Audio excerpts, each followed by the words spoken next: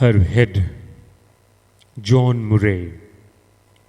An African woman was seen carrying a jerrycan of water on her head in the Paris Marathon held on Sunday, 12th April 2015. She carried it on her head for the entire 42 km track. She wanted to drive a point home about the scarcity of water in her village. She said that along with her very young daughters, she has to leave her village 3 or more times in search of water. Their cans are extremely heavy and they try to fill it to the brim before going back home. She had a placard with a message. In Africa, women cover this distance every day to find water. Help us to reduce this distance. Near Ekhubukeni in Natal, South Africa, a woman carries water on her head.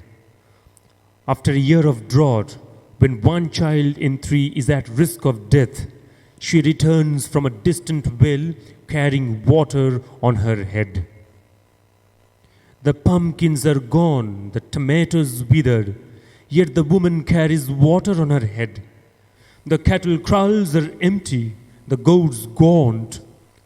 No milk now for children, but she is carrying water on her head. The engineer have reversed the river with those power can keep their power, but one woman is carrying water on her head.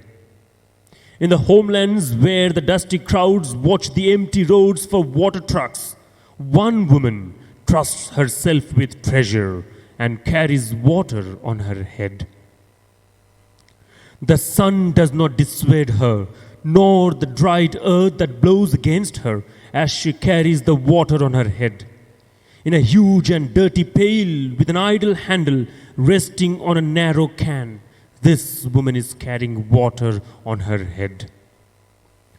This woman who girds her neck with safety pins, the one who carries water on her head, trusts her own head to bring to her people what they need now between life and death. She is carrying them water on her head. Some of the pronunciation to be taken care of. Please repeat after and recite the poem once again. Marathon, marathon. Scarcity, scarcity. Village, village. Extremely, extremely. Reduce, reduce. Distant, distant. Kraals, kraals. Gaunt, gaunt. Engineer, engineer. Reversed, reversed.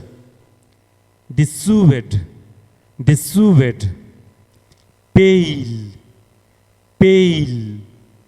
Girds, girds.